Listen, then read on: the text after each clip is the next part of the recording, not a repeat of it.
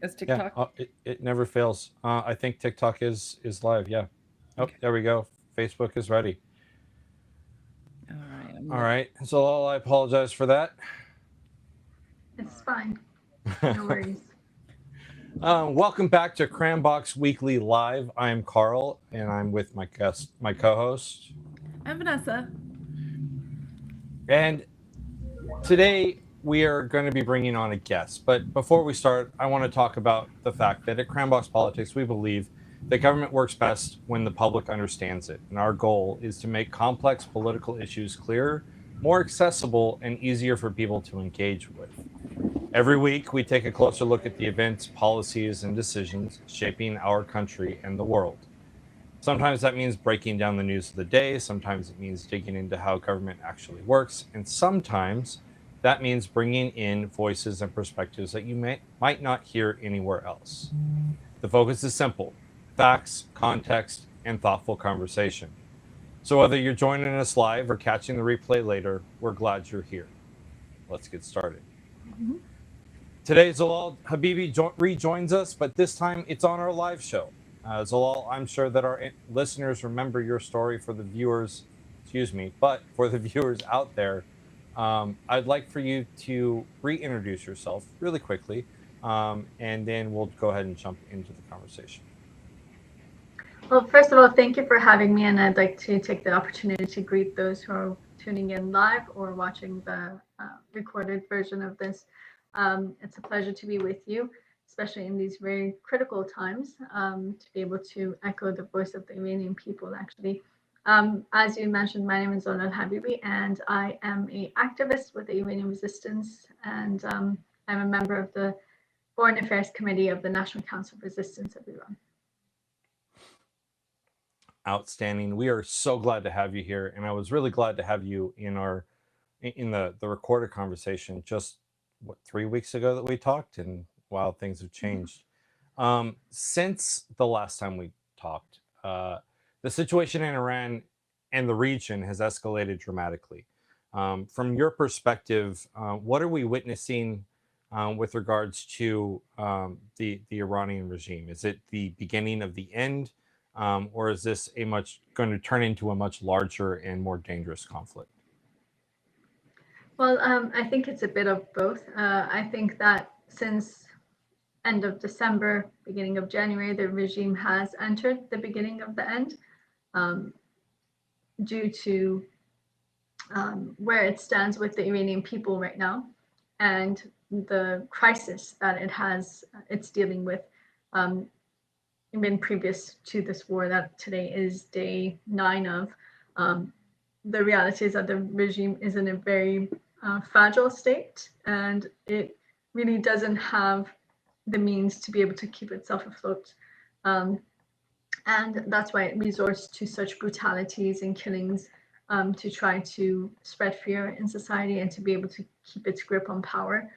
That is what we have been witnessing since the beginning of January, beginning of 2026, actually. And these days, in the past week, we've entered a new phase, with the start of the war. The reality is that, as I indicated in our previous conversation, as the Iranian resistance, we don't support a foreign war.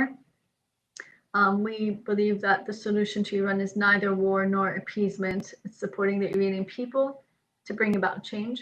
And I think everything that we've seen in the last 9 days, it actually proves, like, why is it that we had this stance? Because um, yes, are the people of Iran happy that Khamenei has been eliminated? Of course, but it wasn't just one operation. It's the continuation of this war and the situation on the ground. And the reality is that people wanted to be able to take him out themselves or be able to have him held accountable for the crimes that he's perpetrated. But aside from that, unfortunately, what we are seeing unfold right now, I mean, uh, the the very little images that we are receiving from inside of Iran are startling. It looks like, these scenes of war that you see in movies, but it's really happening right now, and it's on the ground, and people in Iran are suffering from the war and the casualties that it brings about, but it's also because of the nature of the Iranian regime. It's not limited to just Iran. We saw immediately the retaliation of the Iranian regime, and it's not even in regards to the U.S. and Israel only. It is to last night there was a hotel in Kuwait that was hit, or like in Qatar or Bahrain, and all of these other countries in the region, the United Arab Emirates, who are being targeted by the regime. So this war is completely, expanding and going to new levels. And unfortunately, I mean, the missile attacks of the regime has gone as far as Cyprus. And what is clear is that the IRGC and the Iranian regime actually had orders from before that in case something like this happens, you have, a green light to just fire at will. And those targets were given from previously to all of the different units of the IRGC or whatnot. So that is what we are seeing, unfold on the ground. So the reality is that Iran is the #1 state sponsor of international terrorism, and considering Iran's, proxy war and its proxy groups throughout the region, that is what makes it more dangerous. But also, on the other hand, the Iranian regime, like for instance, they're not using, classical warfare in this war. Like one of the things that is being reported on the ground is the fact that to launch the missiles, the regime is not using like their own headquarters or their own, bases to launch the missiles. They're doing this like in civilian areas, in different places. And so once the radars detect that location, they hit that location automatically. And those locations are not military locations; they're civilian locations. And so that is why the casualties are really high right now. And we have this experience with the Iranian regime. I mean, the people of Iran, lived through the 8-year war with Iraq, and they have that experience. They understand, that, at that time, Khamenei used to say that war is holy, and we're going to continue the war till the last house stands in Tehran. And 1 million people died on the Iranian side alone, and the regime sent 450,000 children to be used as minesweepers by giving them a like gold plastic key and telling them, oh, this is the key to heaven. So you just put that around your neck, and then we roll you in a blanket and open you on a minefield. And, these children were being killed that way. So, I mean, a regime that was willing to do that with its future, I mean, right now, they're not going to show mercy to the people of Iran or to anyone else. And the reality is that the regime has always said that once we feel like, we're going down, we're going to take everyone else down with us. And that is like the mentality that they have. And so that is why war is very devastating. And I hope that we can see an end to the war as soon as possible, because I think that its expansion can be, I mean, a catastrophe and at many levels. Right now, in the past 4 or 5 days, I think the Iranian regime has been making threats of attacking Albania too, because that's where the Iranian resistance is based. And Albania is a member of NATO, so automatically that would change the dimensions of this war. So this is a very critical time, and I hope that all those involved in the war take into consideration the consequences of their actions and the situation, because it is a very critical time. As from a perspective of Iranians right now, well, the situation, as I said, unfortunately, there is no internet connection. There is the internet of the regime, which is cut off from the world, which is still working right now. But for the most part, people don't have the ability or the possibility to make contact with people outside of the country. And so it's very limited reports and footage that we're receiving from the people inside of Iran. So it's very hard to be able to give a precise, report on what is going on exactly. But from what is being reported and from the scenes that we are seeing, it is quite devastating. I mean, I think for many Iranians, the scenes that they saw on Friday night of, bombs going off like right by the Azadi Square, which is like symbolic for us. It really hit close to home for a lot of people. Or like the scene that I don't know if you guys have seen. It's like on the highway. Someone is going on the highway and there's like fire all over the place, and they're on the ramp. I mean, these are the things, or like videos that are coming out, like people, especially like parents trying to calm down their children who are afraid of hearing all these, the bombs and everything. And so, I mean, those are the realities of a war. Some are not showing that aspect of it, and they're just concentrating on the fact that, oh, well, some of the heads of the regime have been eliminated, but it's very important to understand, the consequences of the war and how it can play out, but also to understand, like, for instance, what is this going to lead to, or what is the goal of this, of this war right now. Because I think President Trump actually made clear, he said that, yesterday when he was asked, he said, well, I don't have an issue if there's another mullah coming into power or whatever, or at the end of the day, the only thing that matters is that, like the safety and I guess the interest of the US and Israel are met. So even if that doesn't mean this war turning into a democratic system or whatever, that's fine. And that's what we have always known, and that is what we have always been concerned about, and that's why we always have said that the only legitimate force that can decide the future of the Iranian people is the Iranian resistance and the Iranian people themselves, because they have to take they have to take their destiny into their own hands and to move forward from that. And I think that that's where we stand today. So you answered all of my intro questions all in one go. So I applaud you for that one. So didn't have to keep the conversation going. But let me ask you this. Is the resistance prepared to step in should the regime collapse, say, tomorrow? I know that there's a lot that needs to happen for that to occur, but in a hypothetical world, if the regime collapsed tomorrow, is the resistance ready to take over and start running that country? Actually, that's a very good question. And actually, on Saturday, hours after the start of the war last week, Mrs. Rajavi gave a statement and announced the provisional government for the transfer of sovereignty to the people of Iran. This is something that the NCRI has worked out the plans of since October 1981, so it's nothing new.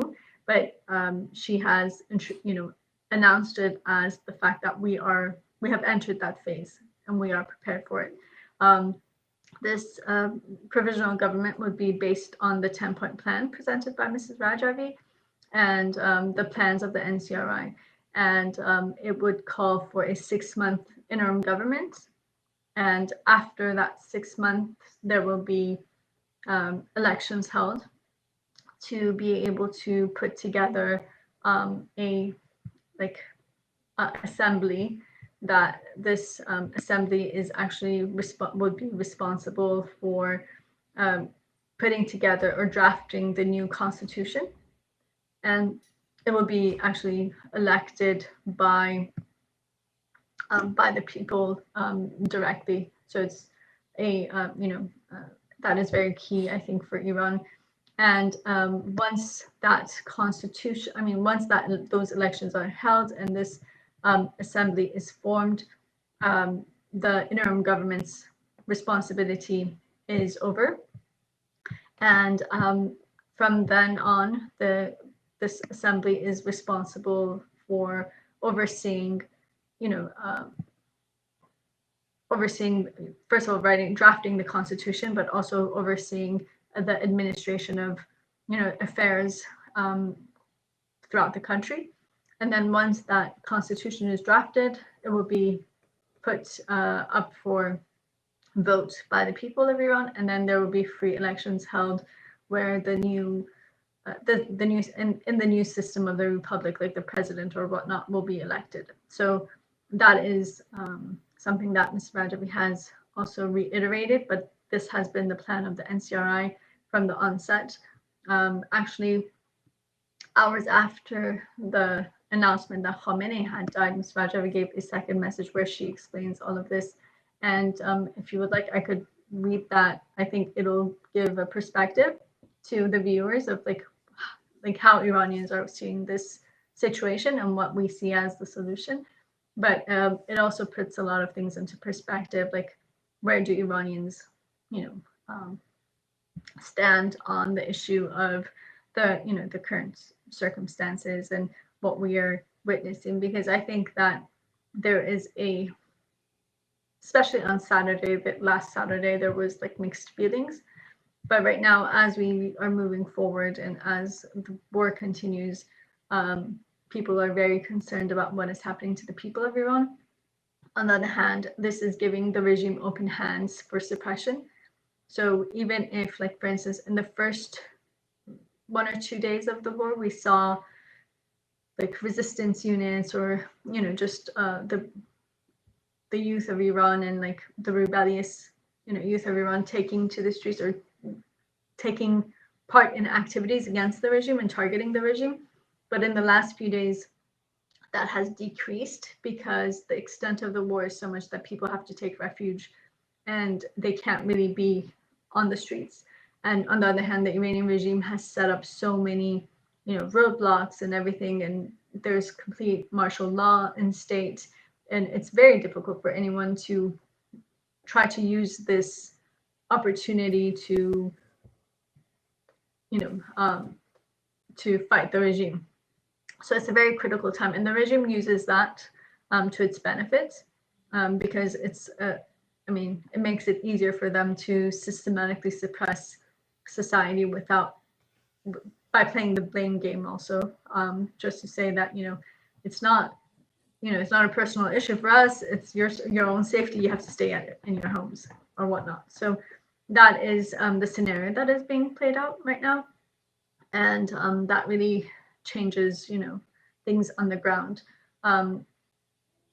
After we get into have this conversation, I could also explain about the activities that we have been seeing actually since the last time we spoke in regards to what people of Iran were doing actually, because as I said, from January the page had turned, and it was very clear that the people of Iran were concentrating on the overthrow of the regime in its entirety. And actually in the past few days there were operations that were carried out against the headquarters of Khamenei and things of that nature by the people of Iran. So I think that was an important turning point in this whole process.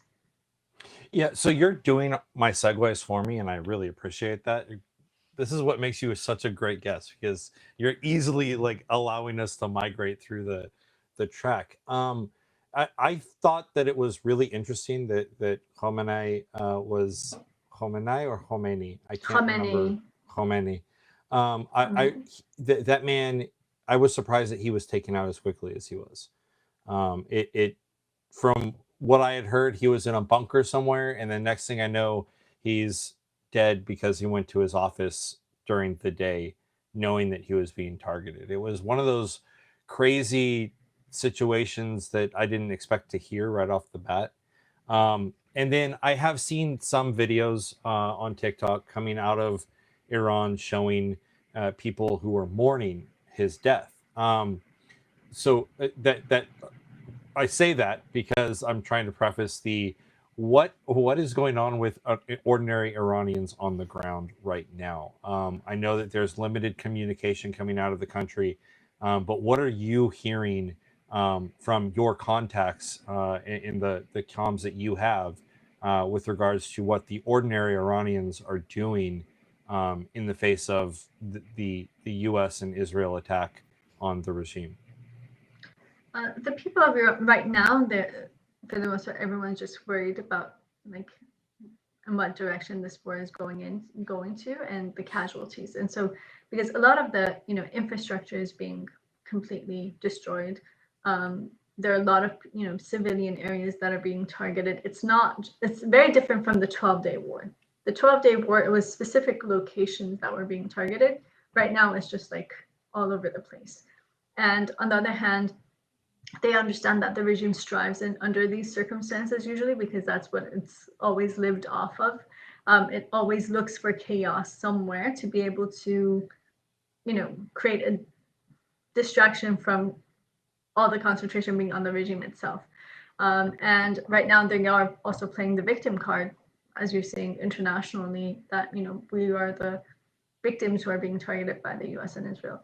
So the regime does that, but the people of Iran are very concerned right now about the direction that this war is going towards and what it's going to have, the casualties. And you have to understand Iranian society was already in a state of crisis due to both, the suppression of the regime, but also economically, or even if you look at like basics, people just till December, people didn't have electricity for like 2-3 hours a day due to the systems of the regime and what they were using the electricity for instead. So they were having issues already in every aspect of it. I mean, from water shortages to everything. And so now when you add a war to it, that really makes things difficult, especially like, for instance, right now they're talking about shortage of food or whatever because nothing is coming inside of the country right now, but also, in this state of economic crisis that people really are having a very difficult time trying to, have ends meet. This is really a major crisis. So that is the situation on the ground. People are not mourning the death of Khamenei, though. That is like very marginalized section that is being posted as part of the propaganda of the Iranian regime. And I mean, of course, there are those who still have, benefits in this regime staying in power or interest. And that is that marginal fraction, which I would, according to the regime itself, it's less than 5%. So, I mean, it's not really a great deal. And maybe it's 1% because I don't think even from that 5%, all of them actually want the regime. They just have interest in the regime. So it's a very, very small factor of society, and that's not the reality of Iran or the Iranians. But people, as I said, there may have been people like, for instance, just like in this spare of the moment, they used to say like, oh, we ask, Western governments to do something, but this is not what they meant, and this is not what they were going for. And so right now that the war has broken out, it's reality that's hitting, and people are very worried about the outcome and how this is going to go. And also have to understand, the experience that Iranians have had from both foreign intervention and in war. Still to this day, it's been 37 years since the end of the, actually 38 years since the end of the Iran-Iraq war.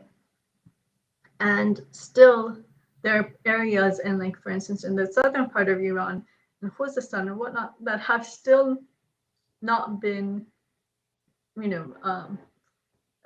built, or they still, you could still see the signs of, the war there. And so the regime has never been able to pull out of that or rebuild the infrastructure or everything that's needed in those areas. So just imagine now with this devastation and this war, it's going to take new heights. And also, like, for instance, I also think that, like, for instance, I saw Kakh Golistan, which was targeted. It's one of those historic places from the 16th century that is like one of the, landmarks of Iran, and that was targeted. And it didn't seem like it was by accident. It seemed to be deliberate to some extent. And so these things really do impact the society.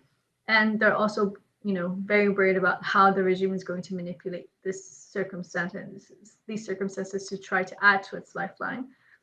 And so that is the current situation on the ground. Vanessa, I've been dominating the questions. Do you have anything to ask? I have a question. So, like there's a lot of protesting going on about our Americans stating that like we shouldn't have went to war or anything. Like, do you have anything to, I guess, say to them that are protesting against us actually going into Iran and bombing? Like, Well, I mean, as I said, I think that it's a very thin line that we're walking on here, and I think it's really important for people to understand that, rightly so, they have the right to be opposed to a foreign war, but also you have to watch out when you oppose this war and you're not siding with the Iranian regime in their camp. That's why that very delicate balance is supporting the people of Iran to create regime change. Because what we say is, neither appeasement nor war. Because right now, a lot of those people who say no war, they say appeasement instead, and that's not the solution. And in fact, the policy of appeasement is what has led us to this point that war seemed to be like the only option left on the table. So the reality is that here, that's where like that third option is really important, and it's important to understand it, and also it's very important, I think, for people to understand that you have to be careful that your messaging won't be misused or misinterpreted by the regime. And I think that's very key, because right now the regime is, as I said, they're playing the victim card. They are trying to gather, that since they don't have support inside of the country, they try to use that support from abroad and to try to justify themselves or their power. And so that's really important to be able to, really make that stance clear. And I think that is something that's very key and important to understand. Yes, the solution is not war, but the solution is also not appeasement, because the reality is that this regime, I mean, it's killing our people like on a daily basis. And this is not going to stop. Unfortunately, it's not going to stop with the war either, because, as I said, unfortunately, you don't see democracies can't be installed. They have to come about by the people. And we have that experience because, unfortunately, in the last 100 years, all the rulers that we've had in Iran, they've been installed. And that is why, even the 1979 revolution, which was actually a popular revolution, and the people of Iran were actually able to, oust the Shah. But unfortunately, that revolution was hijacked by Khomeini. And why? Because it was the Cold War era. The Western governments, from 6 months before, they realized that, oh, the Shah is on the verge of falling apart. So they made negotiations with Khomeini. They transferred him from Najaf in Iraq to Paris, and they held those conferences in Guadeloupe. And at the end of the day, they thought, well, those who have created this revolution are progressive, groups. So they weren't sure where they would stand in regards to USSR and whatnot, and they were still in prisons of the Shah, actually. And so they thought, well, maybe it's better to have like a mullah who is a fundamentalist, fill that power vacuum instead of, those revolutionaries or, progressive movements. And unfortunately, the people of Iran have been paying that price for 47 years now. And so we have that experience too.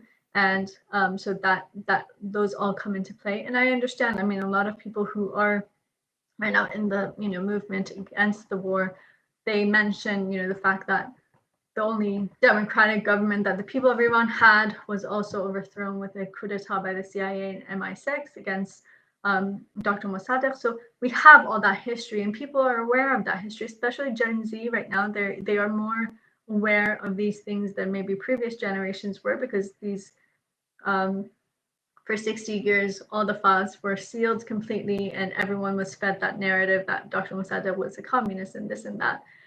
It was just us saying like, no, that's not the reality. That's not what was happening. but it was very difficult to be able to prove that. But now that those files have all been unsealed and they are public knowledge now, so these people are more aware of the circumstances to some extent, and they've seen everything in the Middle East in the last few years. So that is how they are navigating these situations. But I think it's really important to show them and teach them that there's this very thin line here, and you need to keep that balance, because otherwise the regime is going to benefit from that, and that's not to the benefit of anyone. I think that maybe something that would help was if I read that statement. I think it'll give you guys some perspective, if you guys don't mind. No, go ahead. By all means. I think that was my next thing. I was going to let you read that, and then we can dive in. Well, I'll just read the second one. I won't read the first one. I'll read the second one, which is after the news that Khamenei had been eliminated. The statement reads, Khamenei's death is the death of religious tyranny and the end of the regime of Velayat Faqih. Now is the time to establish freedom and the sovereignty of the people of Iran. On behalf of the resistance of the Iranian people, I declare, based on the 10-point plan for transferring sovereignty to the people of Iran, the National Council of Resistance of Iran has announced the formation of a provisional government. The precedent of announcing a provisional government dates back to October 1981. As the Iranian people demonstrated during the January uprising, they seek a future founded on a democratic republic and reject both the tyrannical mullahs and the dictatorial Shah. I declare to the international community that only the people of Iran have the legitimacy to determine their country's political future. We have consistently said that the Iranian people write their destiny with the blood of their sons and daughters, and that there is no need for foreign intervention. We have consistently said that we do not seek money or the presence of foreign forces on Iranian soil. Now is the time for solidarity and unity against the remnants of religious dictatorship and monarchical fascism that seek to steal the democratic revolution and the product of 47 years of suffering and sacrifice by the Iranian people and their brave children.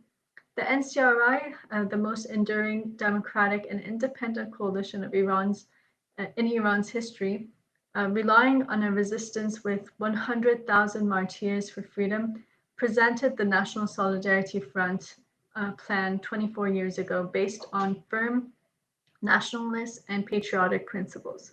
This plan calls on all political forces within the People's Front who are committed to overthrowing religious despotism and establishing a democratic republic based on the separation of religion and state, to act in solidarity and unity at this sensitive moment despite their differences. Here I call upon the patriotic personnel of the army to stand alongside the people of Iran, the Revolutionary Guards, and all other forces that preserve the regime must lay down their arms and surrender to the people. Until the provisional government is established, students, workers, oil workers, farmers, young entrepreneurs, doctors, nurses, and teachers, women and men alike, together with soldiers and officers within the National Liberation Army, are the guardians of the public safety, health, and security, and responsible for addressing the people's needs and resolving their problems.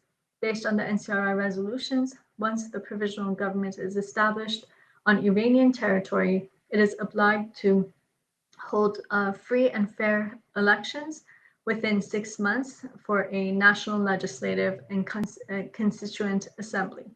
The duties of the assembly are to draft the constitution, determine the new republican system of the country, legislate for the administration of current affairs until the formation of the first National Assembly under the new constitution, and designate a government which, following the resignation of the 6-month provisional government, will assume responsibility to the country's affairs under the supervision of the Constituent Assembly.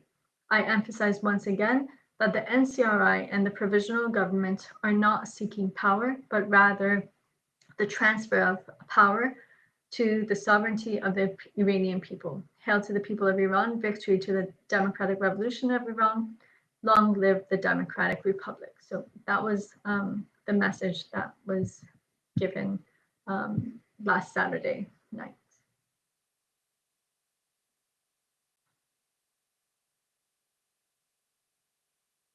Sorry, I accidentally muted myself. Vanessa, looks like you're muted too.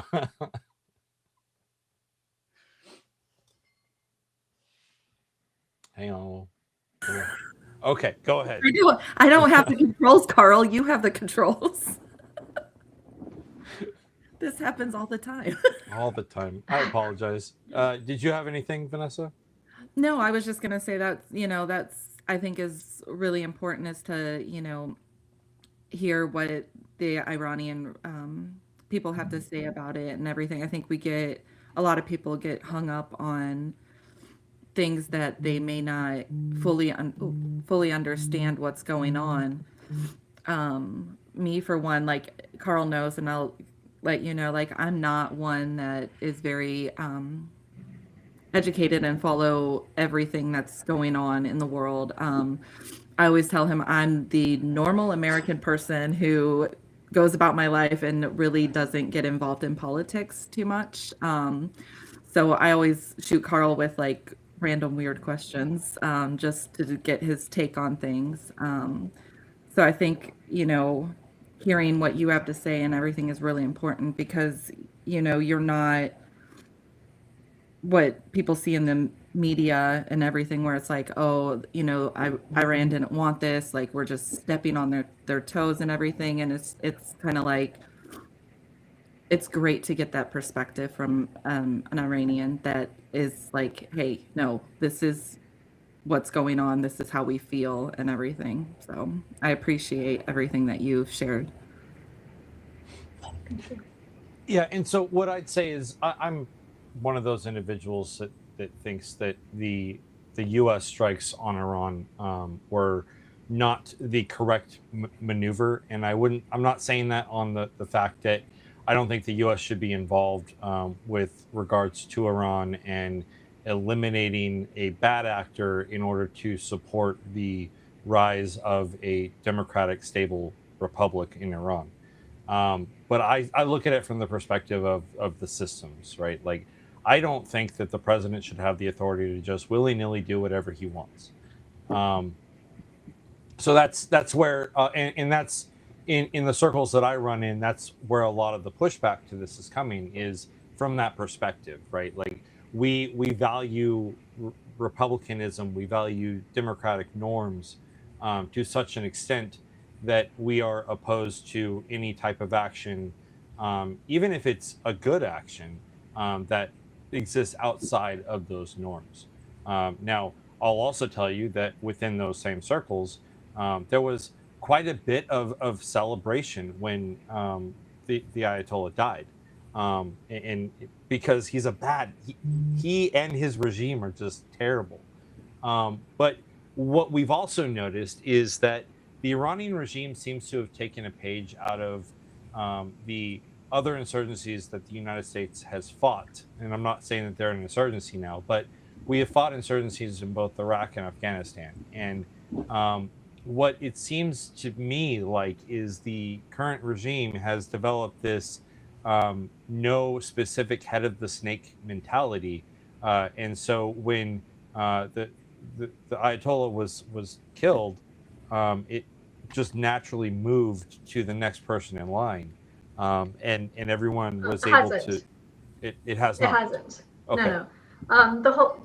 The thing is that I'm not sure if we discussed this in the previous podcast. I think that we did, but I'll explain it again.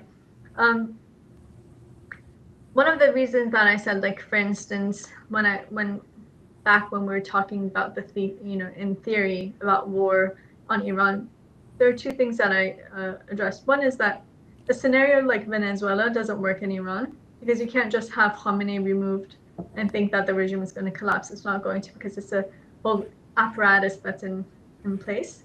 They have a whole system. It wasn't like the monarchy, like the Shah. You remove the Shah, the whole thing falls, because a hereditary monarchy that's everything is under one person's rule.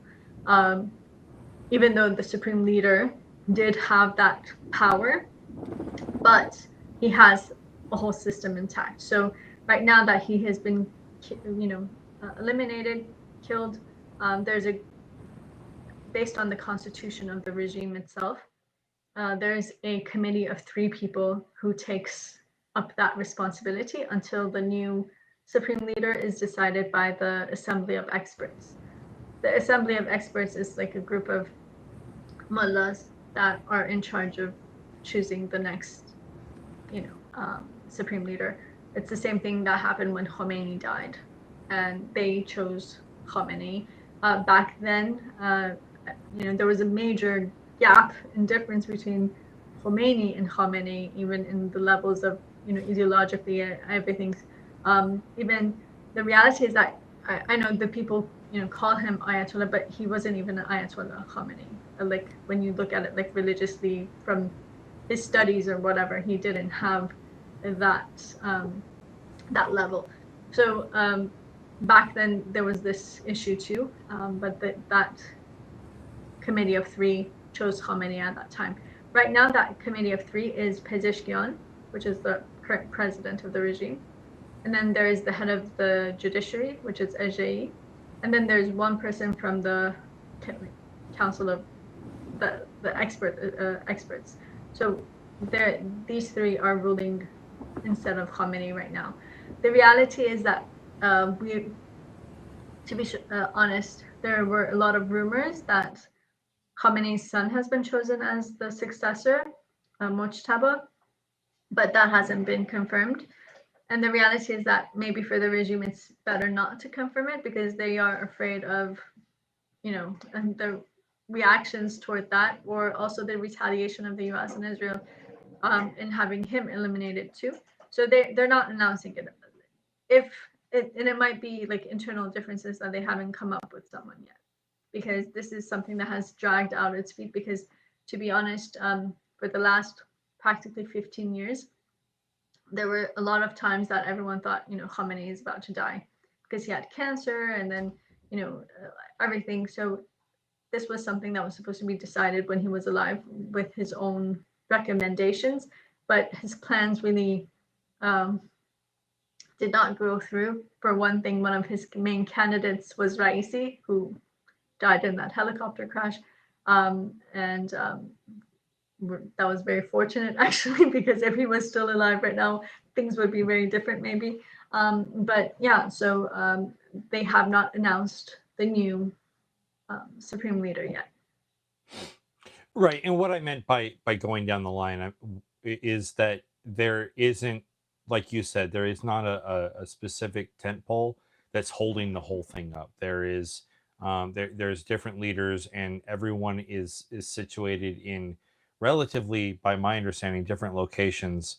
And so for the United States to take um, the the the the tactic of trying to remove the head of the snake, it doesn't seem to work. And that, which leads me to my next question for you, is when the time comes for the resistance to take over and start that 6-month process of transitioning. What does that look like with regards to security for the people? I know that, more than likely what will happen is that the current regime will go to ground and they'll begin an insurgency operation or insurgency style tactics. But what does the resistance have planned for that situation in dealing with bad actors who may be remnants of the former regime? Well, I think that when you look at the scenario in Iran, so there were, I guess, maybe like 3. When you look at war, there were 3 options, and within a war, one was, the elimination of the head of the snake, as you say, and for this whole regime to collapse, which hasn't happened. The second is the continuation of the war until the overthrow of the regime, but that's not really likely because, as you said, the regime right now, their tactic is to be spread throughout the country and not like in their main headquarters or like one location or whatnot.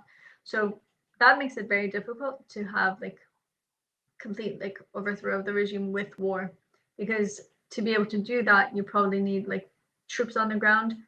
Iran, considering how large Iran is, it's 3 times the size of Iraq, or 4 times the population, and the terrain is very different. I mean, we have mountains, jungle, desert, everything practically, mountains and everything. So, I mean, it's not very likely, like from which direction are you going to bring in troops? It's not possible. And where are you going to be targeting? So that's not realistic. And the third would be like, for instance, when we see the end of the current war as we foreign intervention, and then for the resistance to continue the fight till the overthrow of the regime. And I think this is the most likely scenario. This is where I want to point out to what we have been seeing since January in Iran. What we have been seeing is, if you remember, back then I explained we have these things in Iran called resistance units. That strategy comes from it's like units on the ground who are local, who eventually they are what will form the National Liberation Army of Iran for the overthrow of the regime.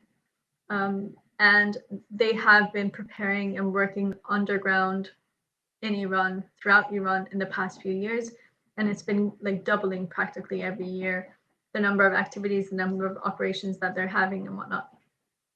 5 days before the start of the war, we saw 250 members of resistance units carry out a joint operation in military, armed resistance against the headquarters of Khamenei. What was very important in this issue is the fact that, first of all, they were able to organize together 250 people. So that's not just a unit or whatever. That's like, a military act in its in essence, and targeting the most secure location in all of Iran at a time that they were on the highest level of security, because from 1 or 2 days before it, it had started, the rumors that Israel is going to attack and whatnot. So they were on high alert, and despite that, the resistance units were able to carry out that operation. Unfortunately, we don't have like footage from it and whatnot, because it is in a very secure location that is cut off from everyone else. It's very difficult to have that, and unfortunately, about 100 people from the 250 people were either killed or arrested. So that's why we don't have that information. But what we saw was the reaction of the regime. First of all, bringing in tanks, in civilian areas, shutting down all schools in the vicinity of, the headquarters of Khamenei and Pastor. And the fact that, they were able to carry that out. For the people of Iran, it gave a very clear message and signal that the regime is in a very weak position, because they're not even able to provide full security for Khamenei right now, when these people are able to do that. And this was 5 days before Khamenei was eliminated. So, I mean, I think that in this process, people realize that really the regime is a lot weaker than it tries to present itself. And I think that was a major turning point, and it was clear that this was going to be followed up on, and it's going to continue. So we have those resistance units who are, working on the ground. Even in the first few days of the war, we had like in Hashgerd and Karaj, resistance units attack one of the barracks of the regime, where the IRGC and regime units were. They were able to make them disarm them, and they were able to arm the people, because at that time the Revolutionary Guards were actually starting to attack people. So they were able to arm people to be able to defend themselves. And then on the other hand, we saw, like, for instance, in the western part of Iran, in the Kurdish area of Iran, like for instance in Marivan and Mahabad, people were able to attack the local prisons, they were able to have some of the detainees from the protest released and also some of the political prisoners. So this was something that was, going on. Or like, for instance, just I think 2-3 days ago, we got some footage that 30 operations were carried out in different areas of Iran against the regime by the resistance units, like in other parts of the country. And so, I mean, these type of things are happening, and I think this is the path forward. So we will be seeing the formation of these units, which kind of act as the National Liberation Army. So you sort of viewers have a background. The Iranian resistance used to have a National Liberation Army, which was actually what ended the Iran-Iraq War with just 3 operations between March 1988 and July 1988. Khomeini was like, you know what, in the 8-year war, at max, we were going to lose like 1 province of Iran. With the National Liberation Army's military operations, we're going to lose our entire Rhine. So that's why he actually agreed to the ceasefire with Iraq. So that history is there. Unfortunately, due to the policy of appeasement, the National Liberation Army was disarmed in 2003 by the US military in Iraq. They had over like 2,500 heavy artillery, like tanks and whatnot, armored vehicles and everything, but it was unarmed. So that is why we have that precedent. And that's something that I think people on the ground in Iran are preparing for, because I think, if anything, January showed the people of Iran that that was like the hay that broke the camel's back. People were like, you know what, we can't keep on coming to the streets peacefully, unarmed, and then have everyone be massacred. And this is happening every single time. And then the regime is able to spread so much fear in society. People go back into their homes for a year or two until the next spark, and then they come to the streets again, and then the killings again. So this cycle has to end. So we have to continue till the overthrow of this regime. We can't be giving in. And so that is the signs that we were seeing even like 1 week before the start of the war. Because also what was interesting was since the uprisings, the regime had announced that all university classes would be held online for till actually February 22nd. February 22nd was the first day that universities were resuming like normal classes. That day, protests started in universities across Iran. And within 3-4 days, the regime wasn't able to control it. So they said, okay, all classes will be online again till the end of the Persian year, which is March 20th.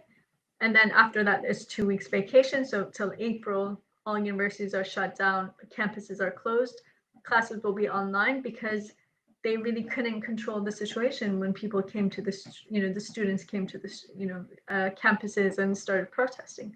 So it all shows that the regime is in a very weak position, but the people have also, they're very defiant right now, and they are on the offensive, and they have made that decision that we need to, once and for all, finish this regime.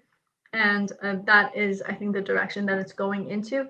In regards to the remnants that you said, the question that you asked, I think that that's not a very likely, I mean, there will be some, but I don't think like it'll be too large, because the reality is that the regime doesn't have, inside of Iran right now, it doesn't have that much hardcore ideological supporters who, after the fall of the regime, they would be willing to stay and fight.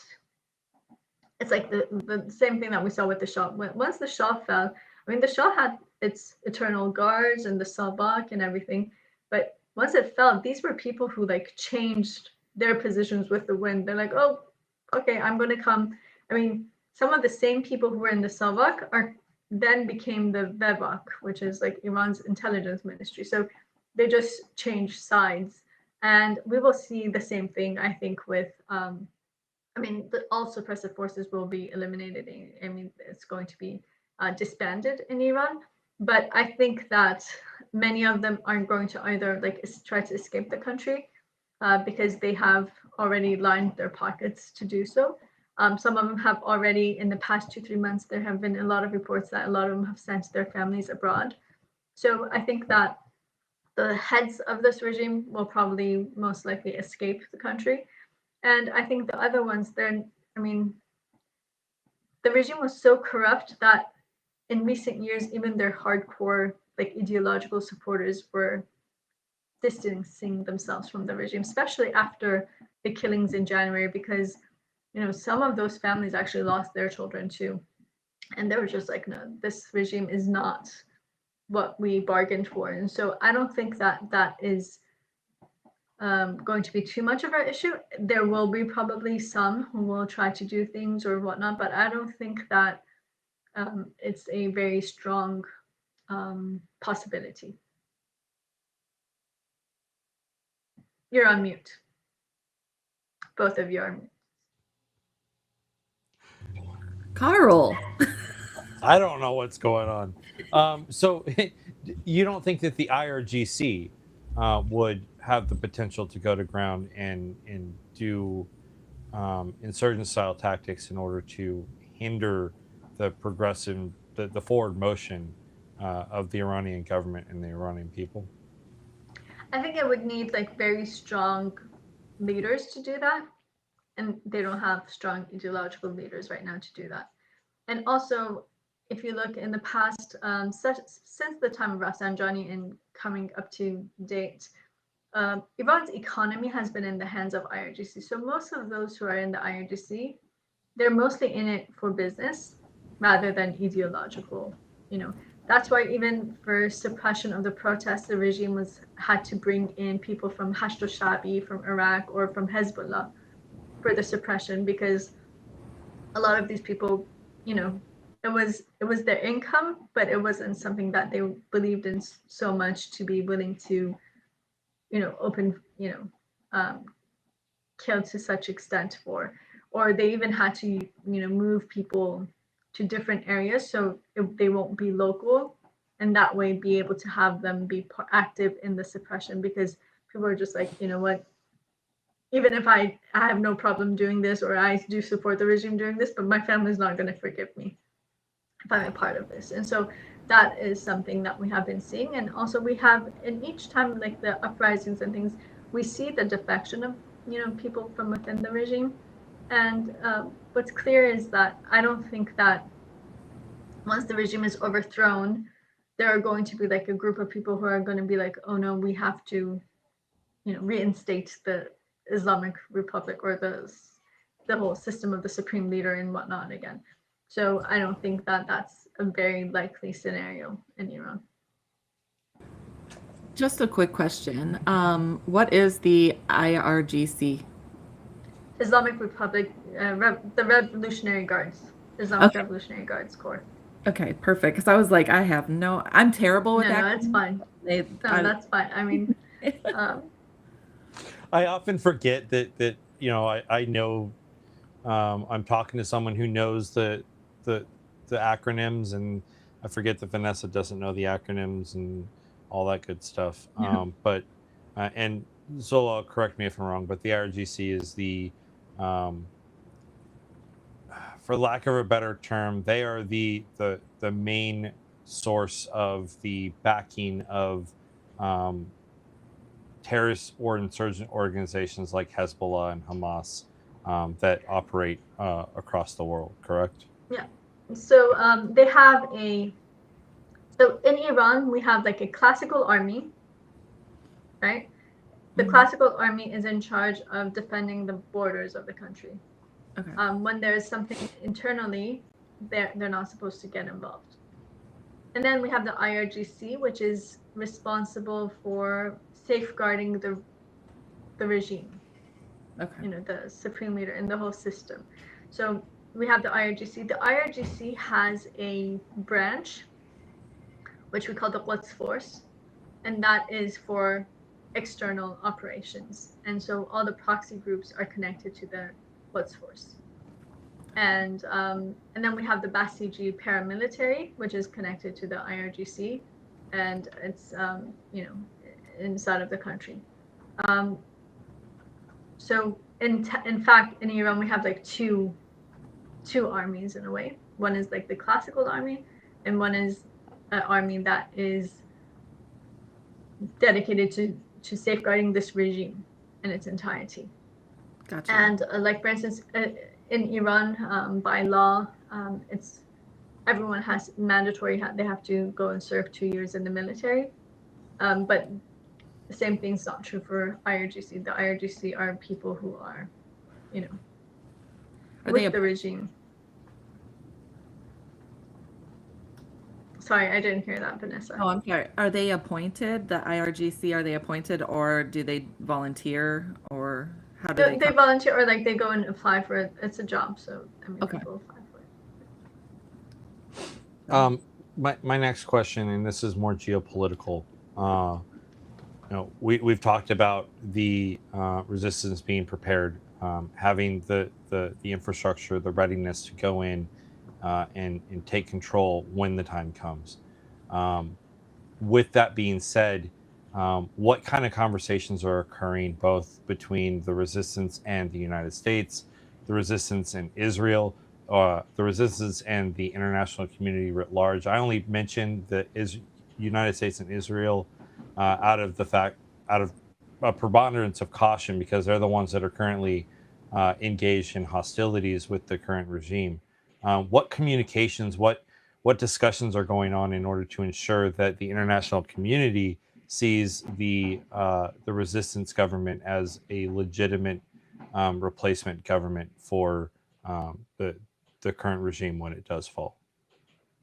Well, as policy, I can't really give you any details because I don't know anything of this nature taking place right now. So that aside, as a policy in general, our movement has always, for us, what's been very key and important is independence, our independence as a movement.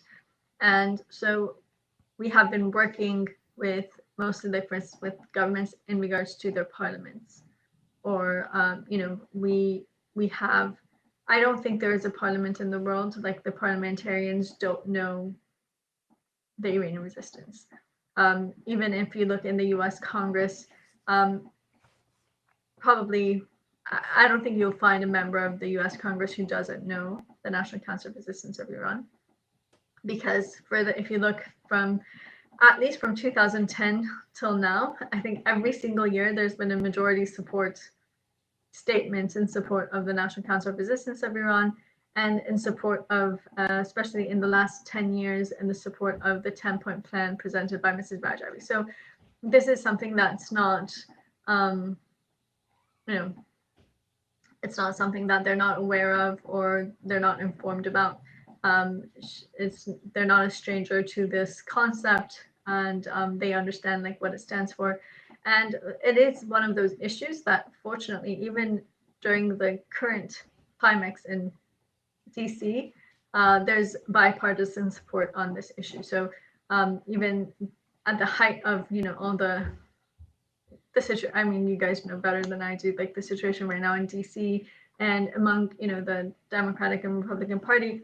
But this is the one issue that they actually agree on, and there's majority support for. So, and also, I think that the fact that this movement has been active, the National Council of Resistance of Iran was formed in 1981. So soon it'll be 45 years in July that this, entity has been formed. And throughout these 45 years, and even before that, the supporters of the resistance, the MK, they have been active in all these, capitals, and they have been working. So I think that they have withstood the test of time, and they have actually shown what they stand for, where they stand. So I don't think it's anyone in actual political circles has any question about that. And especially because, like, for instance, the Iranian resistance was based in Iraq till just about a decade ago. The US military has a lot of contact with them, understands the role that they have played. And I just saw something today on social media, and people were, looking back at the past in regards to the resistance, and they were saying, like for instance, there was a quote from General Odierno, who he said, what I've seen from these people are they're they stand for the same democratic values that we are supposed to be standing for in the U.S. And so this that precedent exists, and I think that people are, the international community is pretty much well aware of this movement. 140 former heads of state support the 10-point plan by Mrs. Rajavi. Over 4,000 parliamentarians around the world support it. Over 100 Nobel laureates support it. And just actually on Thursday, we had an online conference, and there, one of the MPs from France actually announced that 470 parliamentarians from around the world have, within like 48 hours, they had signed a statements in support of the provisional government that has been announced. And this is something that is now moving forward. And so in a lot of countries, people are, lawmakers are supporting this and bringing it to the attention of their given governments. And so, yeah, that's where we stand. We are also trying to bring this issue more into the media, because I think it's really important to raise awareness and allow people to have that understanding of, what the next steps can look like, or what are the options on the table, and what direction it is that the people of Iran are steering towards and want to go towards. And I think that, in the message, Mr. Rajavi mentioned, the importance of solidarity and unity in these difficult times. Even if we have differences, I mean, there might be people who might not agree on some of the viewpoints of the NTR, and that is fine. Not everyone in society is going to agree on everything together, it's delusional to think otherwise. But I think there are certain principles that we can all agree on. And right now, for us, those principles are the complete overthrow of the regime to be able to form a secular democratic republic. I think everything lies in these three words. And that is what we are aiming for and working towards. And as we said, I mean, after 6 months, there will be elections, so people can choose their system of government, and the new constitution can be put together. So one question that did pop up is from the audience. One of our viewers on Facebook, Cheryl, she asked, what does prevent a foreign entity from taking over Iran and occupying it if the regime falls? And I'd like to add, what is to prevent Reza Pahlavi from taking power and reestablishing the Shah and the dynasty there? I think it's actually a really good question. That is exactly why we are opposed to foreign intervention, because we have that experience. But they will install someone who, of course, I think that, when they want to install a government, what Cheryl just asked, they're not going to come themselves. They're going to bring a puppet in that place, and that would be Reza Pahlavi. The reality is that he has been promoting for this war because, in fact, that is the only way that he can actually come into power in Iran, because unfortunately for the past 47 years he hasn't done anything for Iran. He hasn't even been able to form an organization that lasts for 6 months throughout 47 years, and now he is posing himself as the king in exile or in shadow. And it's unfortunately, sometimes it might seem like a joke to some, but it's something that needs to be taken seriously because of what it implies. The reality is that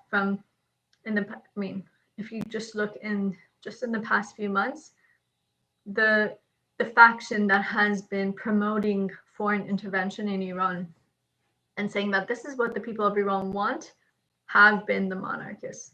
Why? Because they see no other way of creating regime change in Iran, because either you have to have, people on the ground who are willing to make that sacrifice and pay that price and, overthrow the regime, or you're going to have to look at a foreign power to bring you in. And for a foreign power to bring you in, you need to be serving their interests and they need to have some kind of a guarantee on that.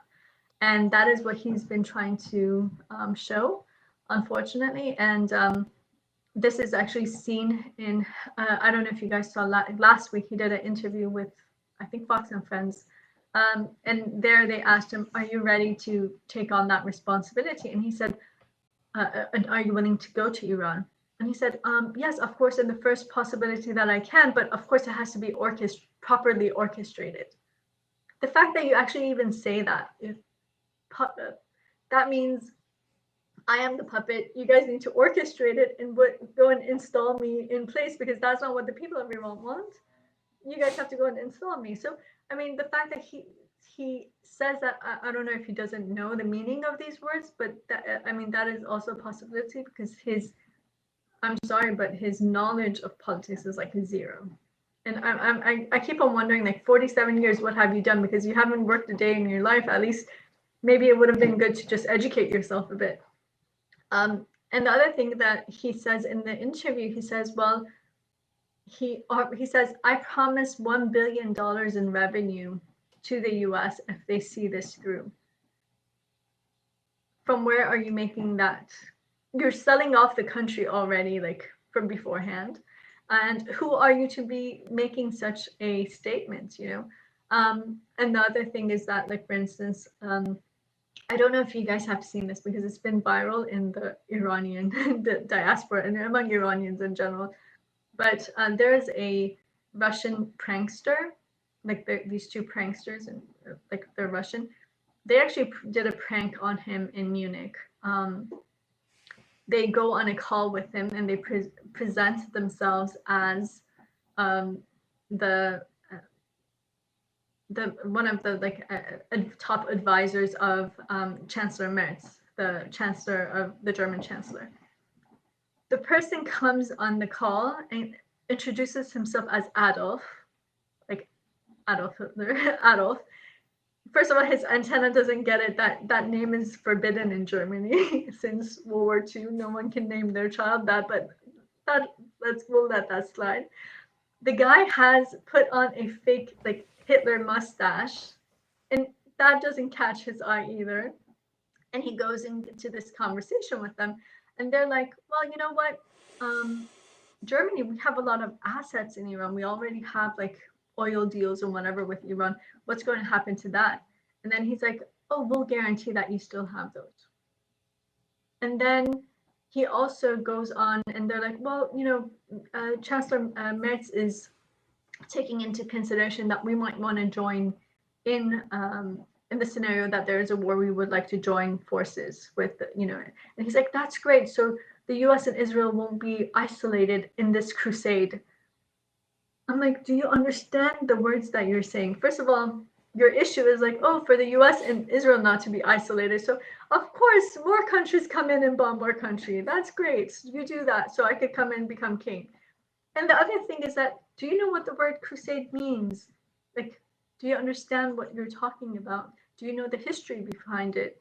I mean, words are not just words for you to be using, but it just shows his, you know, lack of political knowledge.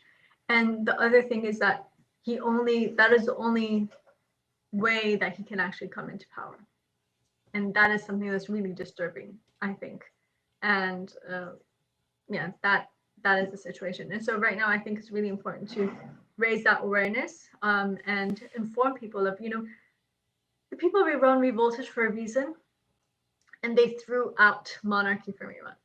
And I mean, first of all, we're not in the process of recycling, you know, dictators. But aside from that, I mean, what do you have on what merits are you going to be standing? Because right now he tries to play both sides. He's like, oh, let's not get into titles. Everywhere he goes, they introduce him as crown prince, and you give your own title. I mean, you could say that I'm just Reza Pahlavi, an activist or something like that, but no, you say crowned prince. So he still has that title because that's the only thing he has is name recognition. But what does that name recognition actually mean? I mean, on one hand, it's your father was a dictator. He killed by the thousands. He was known for his, his brutalities. Is that what that merit? Is that what you're basing your, stance on? Or you could say, no, I'm an individual aside from my father. Well, can you condemn like the crimes perpetrated by your dad? And in the last few months, people have been asking him that, and he's like, well, we're talking about now. We're not talking about the past. Historians can talk about the past or whatever. So, I mean, no, this is an issue about present when we're asking you this. And, that is the stance. And so I think that the slogan inside of Iran speaks loud and clearly. Like, for instance, the slogans of no crown, no turban, yes to democracy and freedom, down with the oppressor, be it the Shah or the mullahs. The people of Iran want to move forward in the 21st century and have like a people's sovereignty. And that's why I said those three keywords: secular, democratic, republic. Because in it, it's against theocracy and monarchy and dictatorship in all its forms. And I think that's really important for people to realize, even though, I mean, yes, there are interest groups who are promoting him and trying to push him forward, but the reality is that he doesn't have support on the ground among the people of Iran, and they have had to manipulate, like creating like fake videos. I mean, with AI and technology these days, unfortunately, that's easy to do, but it's all propaganda. And like, for instance, they had a demonstration on February 14th. They called it Day of Action for Iran, which meant a demonstration where they're requesting foreign intervention in Iran, bomb our country. And they had demonstrations in 4 different cities, and they multiplied the numbers of people attending by like 10. So, like, for instance, if you look at the rally that they had in Munich, that he was personally there himself, they called it like 350,000 people, but it's really like the whole area is supposed to be fit like 350,000. Sorry, they said 250,000 attended, and the whole area is supposed to fit like 350,000. They have like filled 1/8 of it, and they call it 250,000. And then the slogans there were only Javid Shah, which means long live the king, and this is the final battle, Pahlavi is going to return. And then they had the audacity that in Munich, they said these slogans, one country, one flag, one leader, which is what Hitler used to say. And used to say it in Munich. I mean, it's forbidden in Germany to even say the slogan, but they were saying it in Farsi, so it wasn't being translated for the police there. Otherwise, they would have had to stop the program.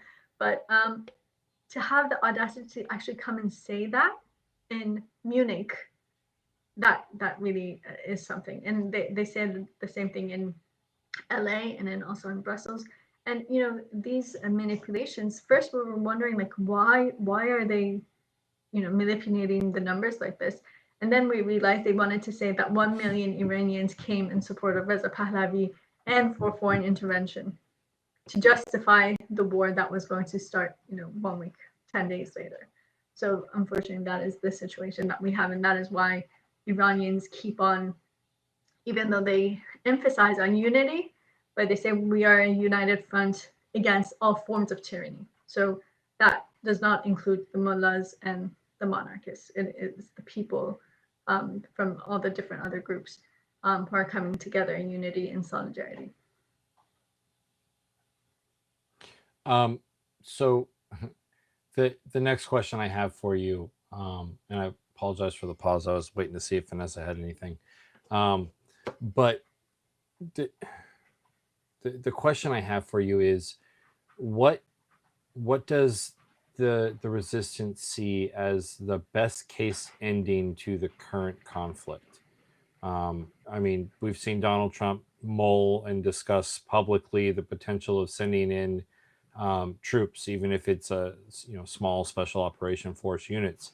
But I also know that could result in a quagmire that is not going to be conducive to the establishment of the resistance and the 6-month transition process. So what do the next steps look like like what are the best case next steps, and what are the worst case next steps from the resistance point of view? I think the best step would be, for the war to stop where it is at this point, um, before it gets out of hand and out of control, because it could very easily, the worst case scenario is World War III, because the Iranian regime, if it's going down, it's going to take others down with it, and it's not going to, show mercy. So that's something that I think the world needs to take seriously. We're not talking about a normal government. It's a theocracy. It's a very complex, regime, like mentality wise and everything. And so you have to understand it's the number one state sponsor of terrorism. This is not something that I think is to the benefit of anyone. So the worst case scenario would be that the continuation of the war can lead to, a third world war. And I think the best case scenario would be to stop the war, but actually allow the people of Iran to fight against the regime. Because you have to understand, till now, unfortunately, using, their diplomacy and whatnot, the regime has always put pressure on Western governments to label any form of resistance as terrorism, which then justified the regime's suppression and executions and whatnot. So that is very key. And that has also limited the activities of the resistance for decades. So I think that's now that we are seeing an end to the policy of appeasement, it looks like, the European Union finally labeled the IRGC as a terrorist entity. The UK has yet to follow suit. But I think the end of the policy of appeasement and supporting the people of Iran to be able to create that full regime change, and to be able to create, this provisional government, and to take their destiny into their own hands, that would be the best policy forward. So if we were to cease operations in 12 hours, what would prevent the backsliding of the international community into an appeasement policy again? We took out the bad people, so we're going to step back and not really do anything with the remaining regime that is currently there. Like what prevents that backsliding? And then I got one more question for you after that.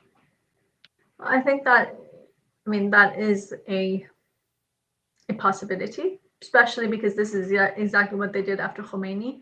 Because they're like, oh, the new guy, let's give them a chance. They might not be as bad, and they might, agree with us to some extent on certain things and whatnot. So that is always a possibility. I think that the only thing that will prevent that is the activities of Iranians everywhere to try to make sure that that doesn't happen, and that making the cost so high for governments not to fall into that. Because there are certain things that, like, even what happened with the European Union, the reality is like 3 countries in the European Union were opposed to blacklisting the IRGC, but the pressure was so much because of, the massacre that the regime had carried out in January, that at the end, when, especially on social media, they were put under so much pressure, they're like, no, we agree to it too. And they finally agreed to it, and they had, the IRGC was blacklisted. So it's just keeping up that pressure. I think that's really important. And so my follow-up question to that is, when it comes to the current, you mentioned the resistance teams that are inside of Iran right now. What is preventing members of the resistance from beginning the process of seizing territory and taking locations in order to ensure that they're demonstrating to the international community writ large that there is a substantial establishment that's ready to begin the process of taking back the country? I can't speak on that because there's the headquarters of the MEK inside of the country who are responsible for that, and they would be those who can answer that best. But I think that what we saw leading up to the war, like even as I said, just 4 or 5 days before the war, we were seeing those operations being carried out, and even in the past few days, some of those operations which have continued. So I think that they've already started that path, and we will have to wait and see like how that plays out. But I'm sure that that is something that they are working on, the headquarters of the MEK inside of the country. Okay. Vanessa, you got anything? I guess my only question would be, you know, like when we helped and to set up it with, I think it was Afghanistan or Iraq, I'm not sure which one it was, set up their political party and everything, and then we saw that crash really fast. What is set up in Iran that would help to make sure that if, you know, we did go through the steps to help you guys set up, that it wouldn't fall through? That's a great question, and I think that here is like that's a scenario that was in Iraq. Like Chalabi was brought in, and the Chalabi scenario for Iran is Reza Pahlavi, so that would be the same thing. But the reality is that with the National Council of Resistance of Iran, it has withstood the test of time for 40 years, and they have been through very difficult situations and circumstances, but they have been able to prevail and continue. And I think that that is what can guarantee that that wouldn't happen, because first of all, that kind of dedication. I mean, there are Mrs. Rajavi. Actually, it was very interesting. Someone in the conference that we had on Thursday, one of the members of the MEP, the members of parliament from the UK, actually mentioned this. He said Mrs. Rajavi has been fighting for democracy in Iran since she was 19, and that's over 50 years now of day in, day out, having that, bearing that responsibilities on your shoulder to see, you know, freedom in Iran.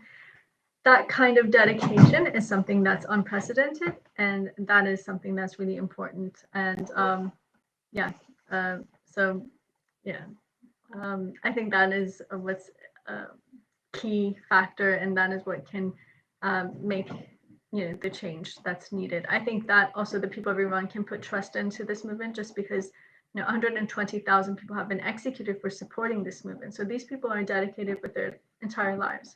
I mean, I'm just a member of this movement, but I have dedicated the last, you know, 26 years of my life to this. I could have had a very comfortable life in the US and, you know, a different, you know, a future, but that's not the path that I decided to take. I decided to, you know, dedicate everything in my life to bringing about that change for Iran. And I think that that is what people of Iran feel like they can trust, because we're not in it for money, we're not in it for power, we're not in it for fame. If we were, there were easier ways to get that, instead of dedicating, you know, decades of your lives, and, you know, giving up everything in the process.